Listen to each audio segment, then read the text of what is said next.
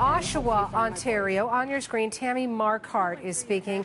She spent 13 years in jail after being convicted of killing her 2-year-old son back in 1995. Now, Marquardt was convicted based on evidence from pathologist Charles Smith, and we will listen in live.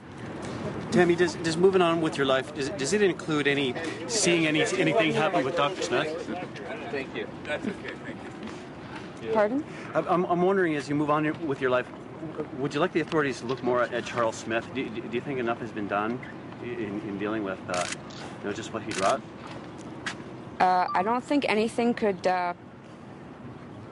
vindicate.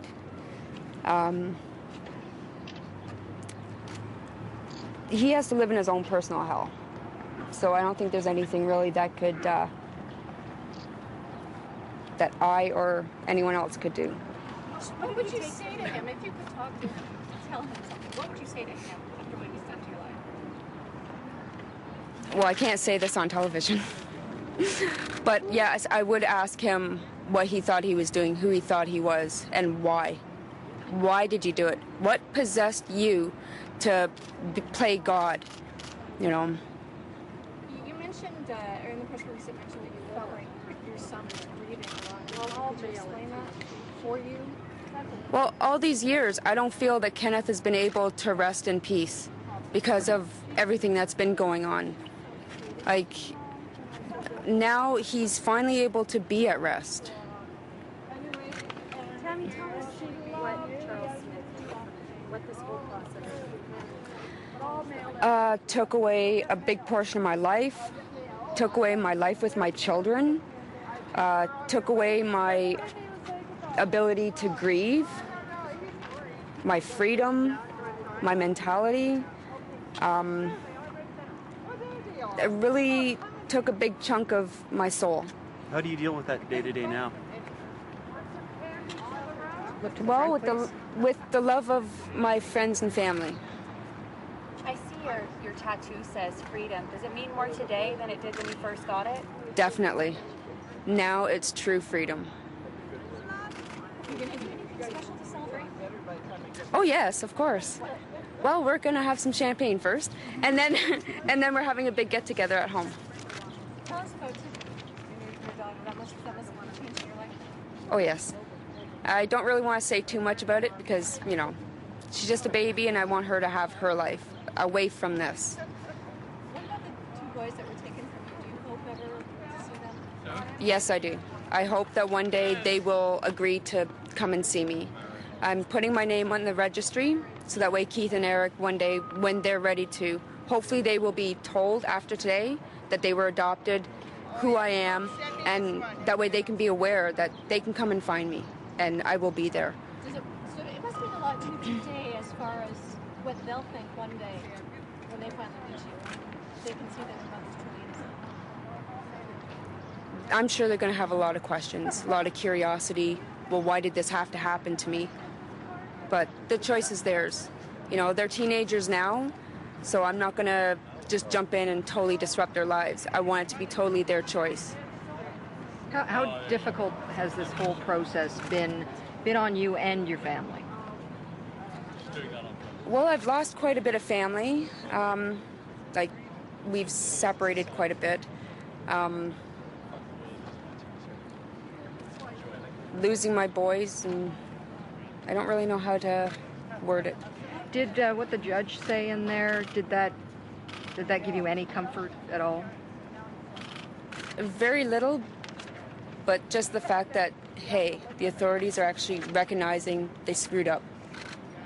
Do you still feel prejudice because of the conviction, and do you think that today maybe will start to change that? I'm hoping that after today things will change. Do people still treat you differently, though, because of that past? Some people, but with all this news coverage, honestly, they're treating me a little bit different. They're actually seeing and going, oh my God, I'm so sorry, I didn't realize that I was such a, we'll bleep that out, you know.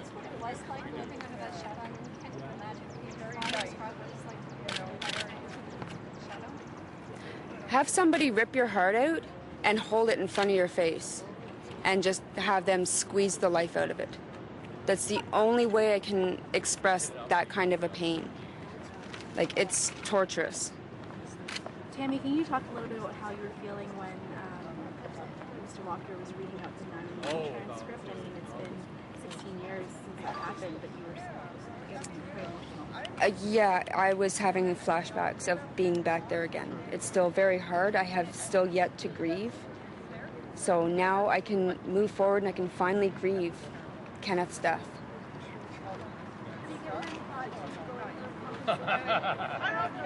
Yeah, that's with my lawyers. When you were first charged all those years ago, did you ever think it would take this long for you to see this day? Honestly, I never thought I would see this day. I thought there is no justice. They're going to believe him, and, you know, they're not going to believe somebody like me. Who am I to this world?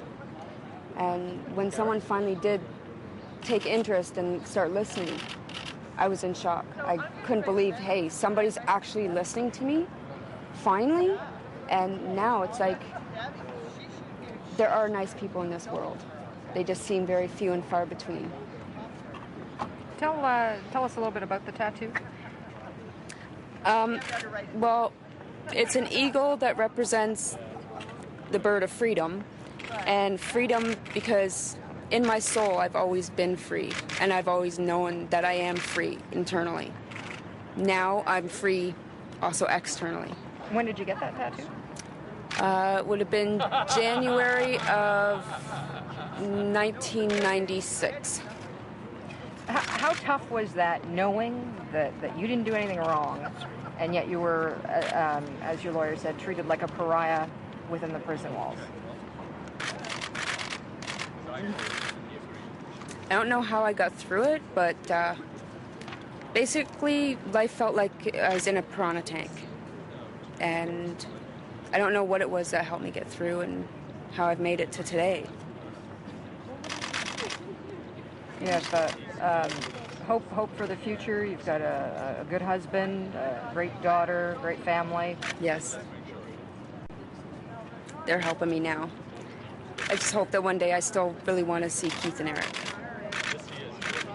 I want to be able to answer their questions. Show us a picture that you brought with you today? Yes, I brought this picture of Kenneth. Unfortunately, over the years, I've lost so much that this is kind of the only picture I have left of him. So, all the time. Very bright. Loved his dinky cars. I don't really know how to express him, you know, just... He was very grown up for a 2.5-year-old.